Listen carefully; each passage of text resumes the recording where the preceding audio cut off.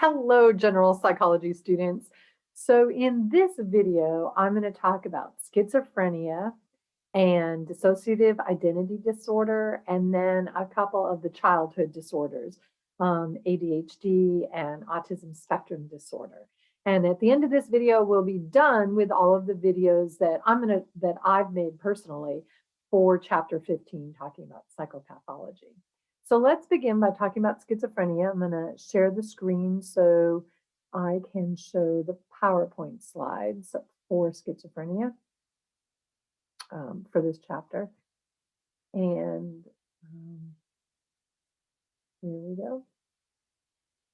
Okay, so schizophrenia is probably the most severe of all of the psychological disorders. It's the most debilitating. It's very difficult to function in society well with schizophrenia. People do, but it's the hardest one. And one movie that's pretty valid that tells a story about a man who has schizophrenia, John Nash, is A Beautiful Mind, and it's a true story.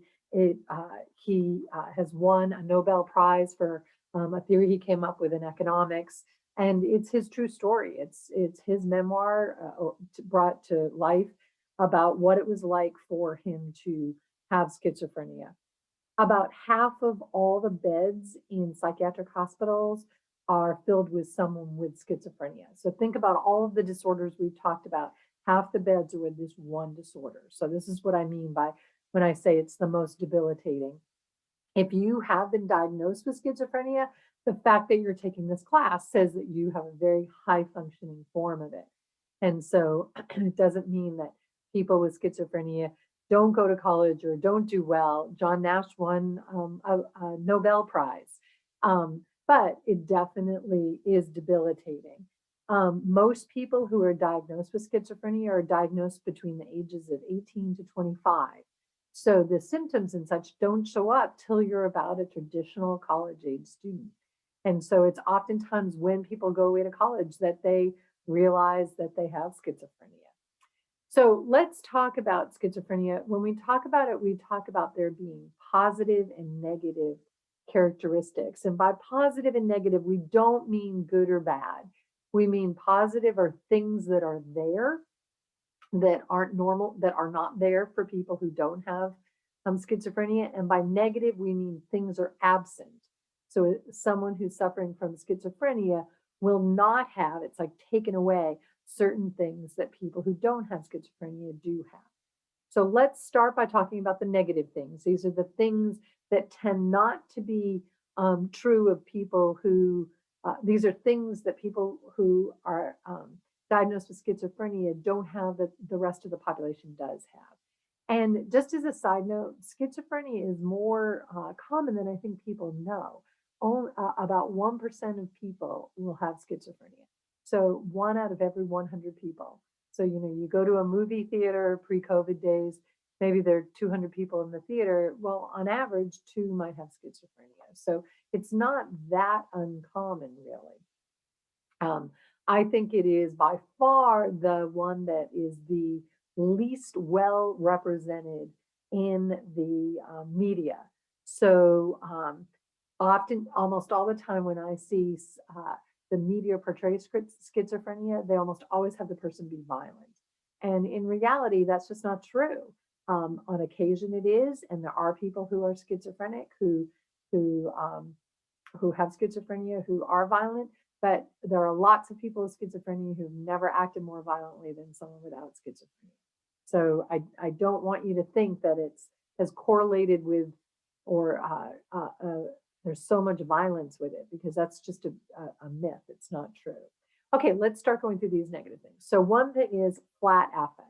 So someone with schizophrenia is going to have very oftentimes will have little or no emotion displayed. They're going to have a lack of motivation to engage in activity, and oftentimes they won't bathe or take good care of their teeth or brush their hair well. They're not going to speak as much as other people. They're going to withdraw from social interaction. They have less interest in what the rest of us see as very pleasurable activities. So these are all things that are sort of taken away from someone who's suffering from schizophrenia. The positive things, again, they're not positive, but the things that that people with schizophrenia seem to have that the rest of us don't are some paranoia, false beliefs that people are plotting to harm them, grandiose ideation. So they believe that they're special, unique, very important. The world is relying on them to save the whole world. If they don't, so there's this idea that they are so special and important, and without them, the world won't be as good as it needs to be. There can also be what we call somatic delusions, a belief that something abnormal, that something is wrong. There's just this sense that something is wrong. Now, delusions are different from hallucinations. Delusions are firmly held beliefs with no basis in reality that even if you talk to the person, you can't get them to change their mind. But they're beliefs. Hallucinations are not beliefs. Hallucinations are things that people see or hear or taste or smell or think that they're touching, but there's nothing actually there in real world. So this is when they're hearing voices that aren't there. They're seeing things that no one else can see. They're tasting things that no one else can taste. They're touching things that no one else can touch. That's a hallucination. So sensory experiences that occur in the absence of real stimuli. Where delusions are thought processes. This is like the false belief that someone's trying to harm them. The belief that when they went to the dentist put something in their tooth and now they're in contact with aliens, and the aliens are telling them to do certain things. And if they don't do it, then the aliens are going to blow up the entire earth. So they're doing the things that the aliens said. Okay. There can also be some abnormal motor behavior, silly childlike behaviors that like inappropriate giggling or movements that don't seem to have a purpose or odd facial expressions and gestures. This is what we mean by abnormal motor behavior. There's also a kind of schizophrenia where there's catatonia. This is when people can maintain rigid, bizarre postures for long periods of time.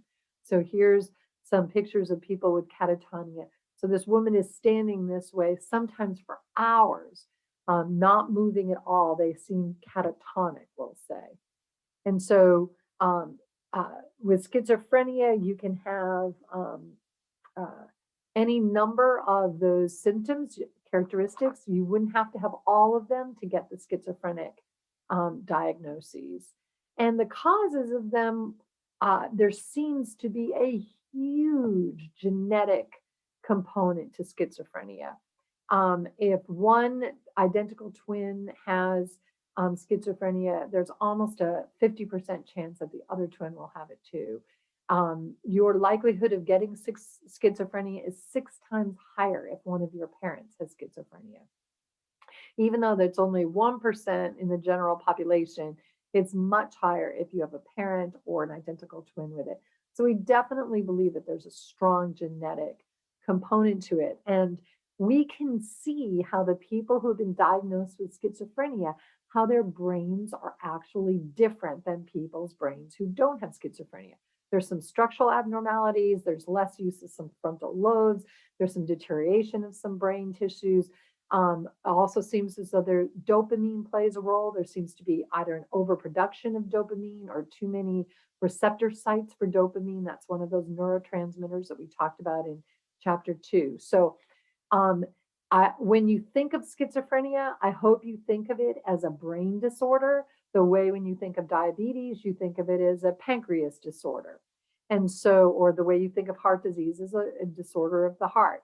It is,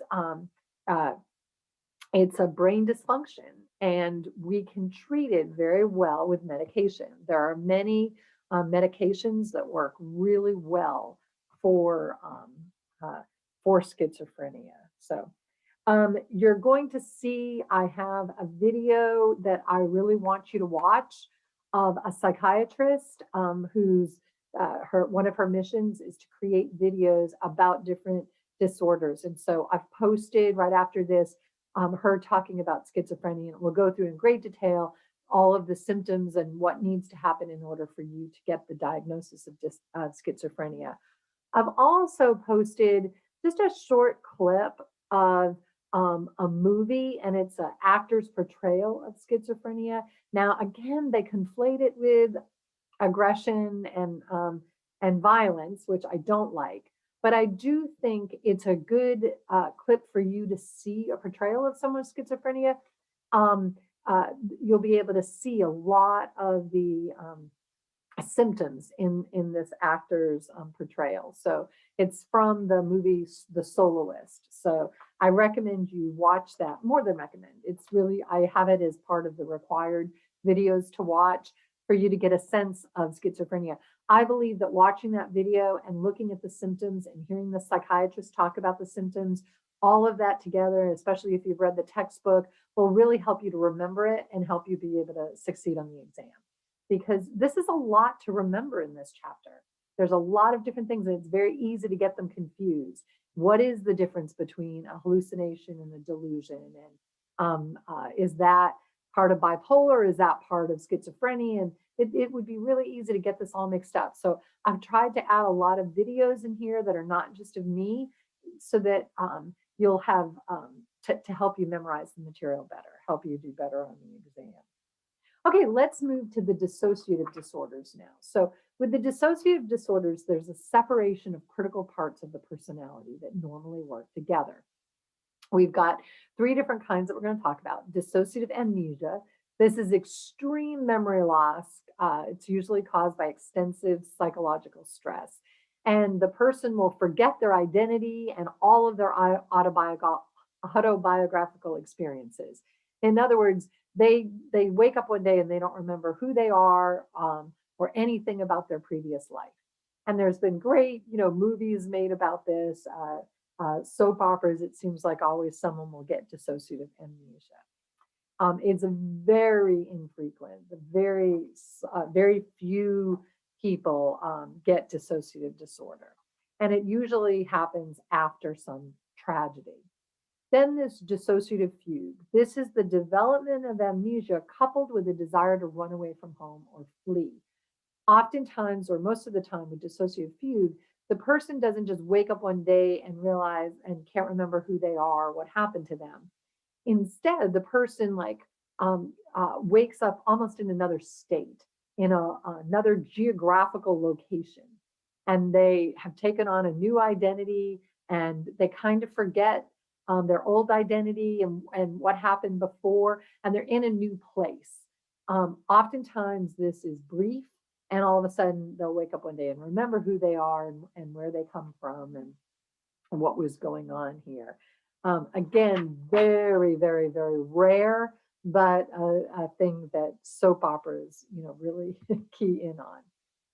Now, the next one that I want to talk about is the dissociative identity disorder, DID for short. Now, you might have heard of this called multiple personality disorder.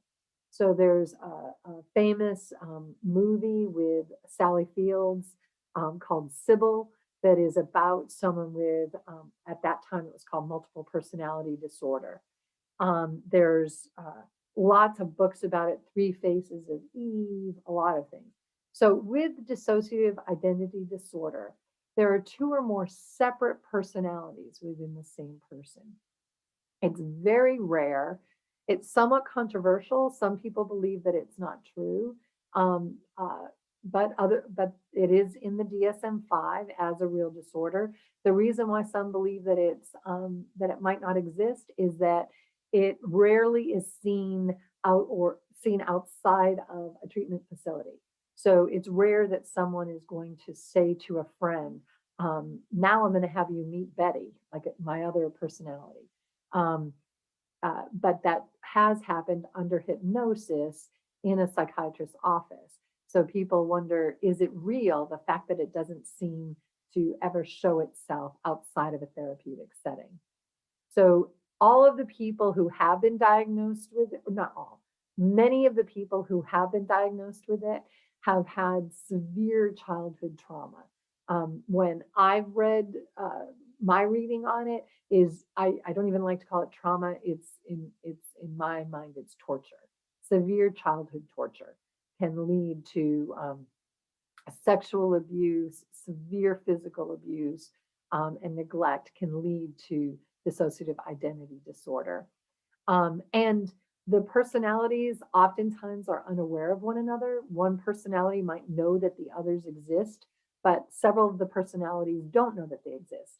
And the personalities can be trapped in different ages. So there might be a personality who says, I'm a girl and I'm 4 years old. And then there might be another personality that can come up and she says she's 17 and she's very tough and has a very different personality than the little 4-year-old girl. And then there might even be a personality, Brian, who's a male and is 30.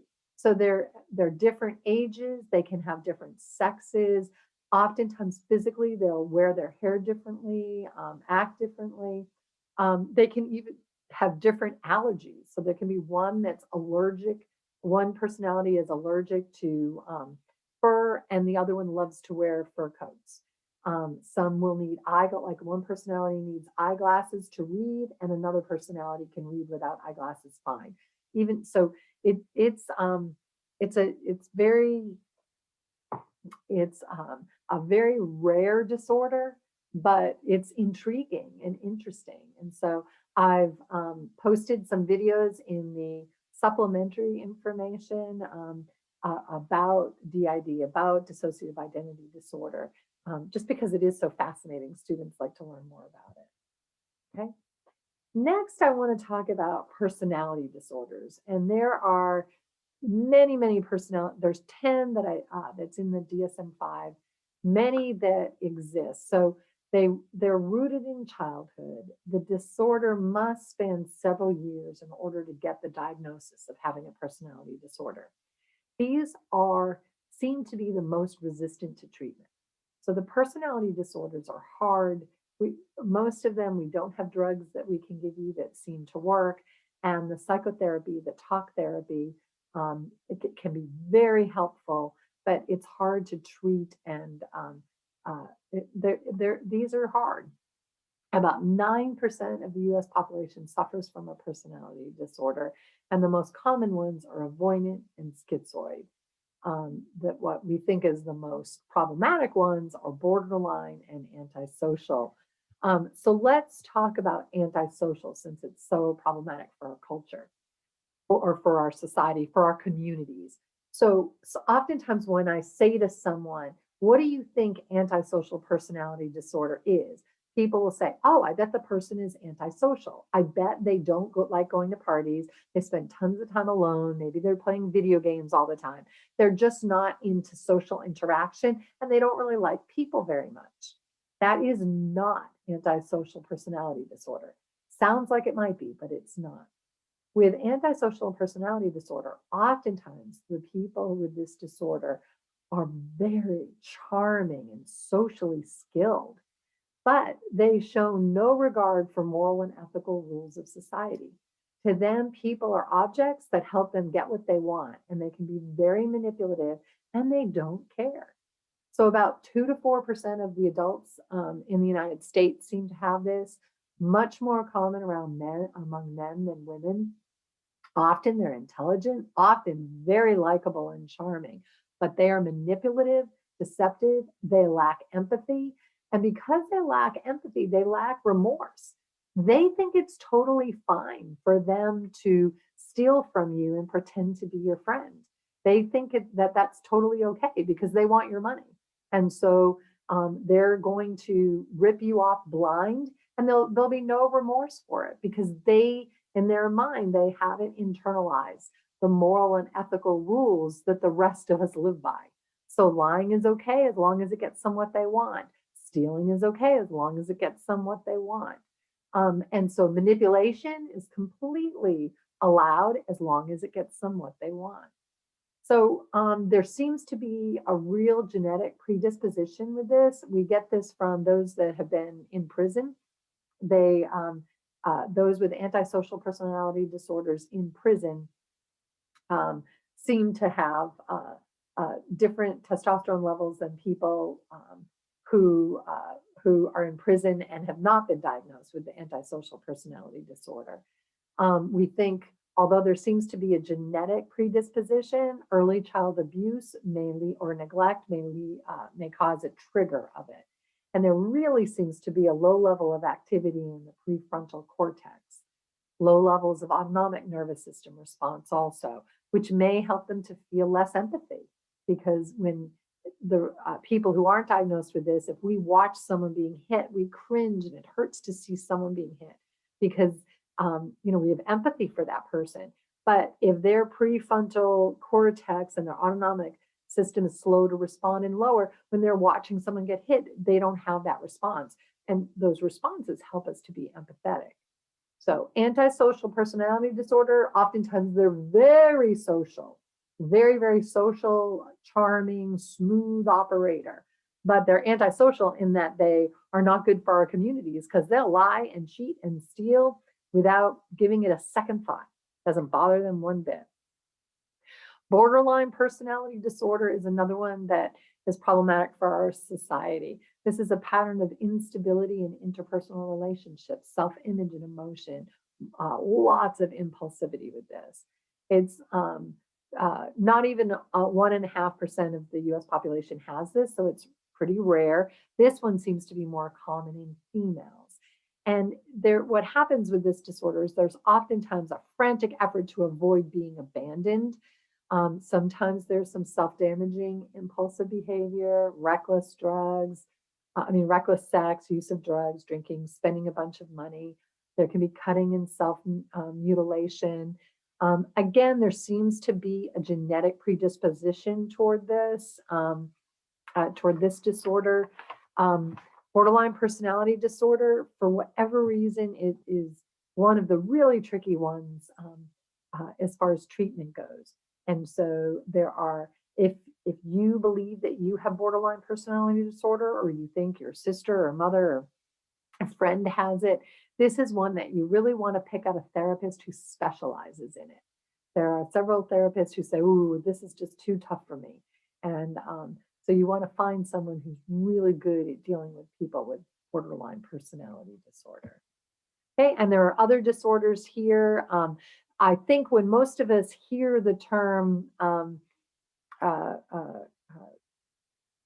my goodness, I just went blank, antisocial personality disorder, what we're really thinking of is avoidant personality disorder, socially inhibited and oversensitive to negative evaluation, avoids occupations that involve interpersonal contact because of fear of criticism or rejection, avoids relationships with others unless guaranteed to be accepted unconditionally, feels inadequate and views self as socially inept and unappealing, unwilling to take risks or engage in new activities if they prove embarrassing. So I think many of us, when we hear the term antisocial personality disorder, we think avoidant personality disorder. But really, antisocial personality disorder, you're charming and all, and it's very different. Okay, we have now gone through all of the personality disorders. As much as I'm going to talk about them in these lectures or in these videos, please look at your textbook. And I have also an informational supplementary video that talks about another professor talking about 10 of the disorders in great detail. So feel free to watch that. Now, your book also talks about disorders that tend to start in childhood: attention deficit hyperactivity disorder, ADHD, and autism spectrum disorder, ASD. So with ADHD, about 5% of all children have it, 3 times more likely for boys than girls.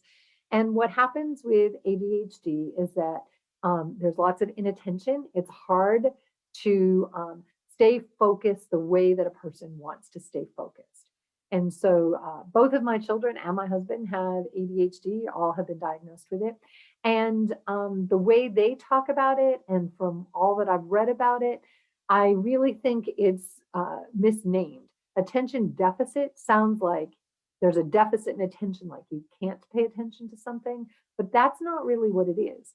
What it really is that they have a hard time controlling what they'll pay attention to. So where right now I'm paying attention to creating this video. So I'm focused on talking about ADHD right now, and I can narrow in and just think about ADHD.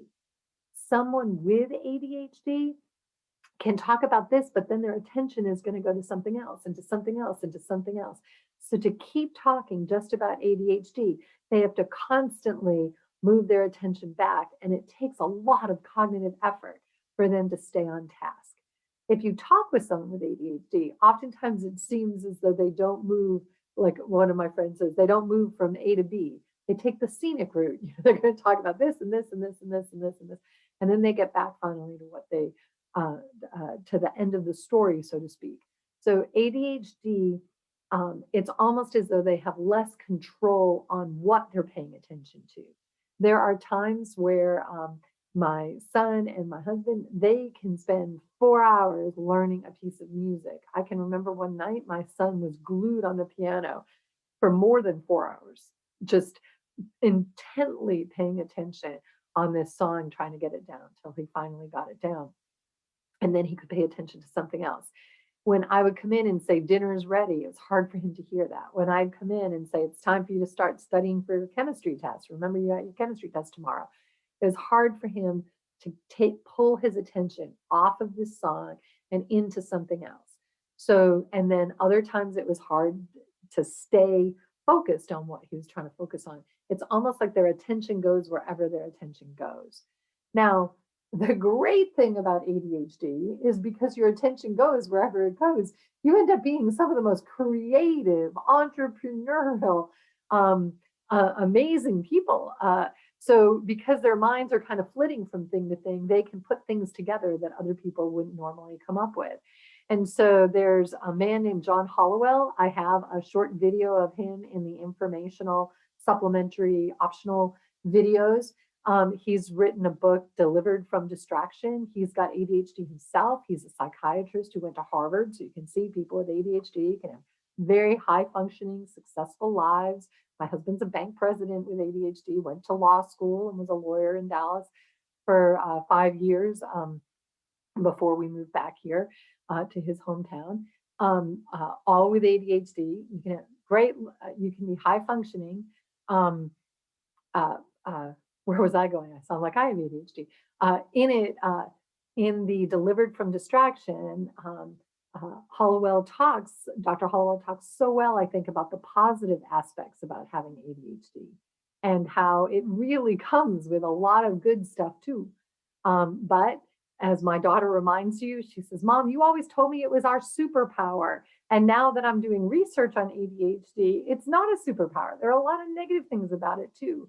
And so I think it's important to have a healthy perspective. I think I might have gone overboard when the kids were young, telling them how it was a superpower for them to have ADHD, and it made them more creative and it made them more interesting. And I probably left out a lot of the negative stuff that they've had to come up with coping mechanisms so that they can remain highly functional. Autism spectrum disorder, ASD, it's a pattern of significant disturbances in social interaction, communication, and repetitive patterns of behavior or interests. And it's on a spectrum, like almost all of these disorders are. It's 5 times more common in boys than in girls, and the rates have increased dramatically since the 1980s. There are several great plays and books and videos about it. Some people say that rather than calling this a disorder, we should just say that they're neurally atypical, that their brains just work differently than other people's brains. And it makes them more sensitive to touch, more sensitive to sound. So they tend to like things to be dimmer, less bright, less noise in the environment. And they oftentimes don't like to be touched a lot. So putting your arm around them, to them, it might feel like you're almost tickling them. It's like, it's almost too light, or it can feel too harsh, too like it hurts almost. So they prefer not to be touched oftentimes.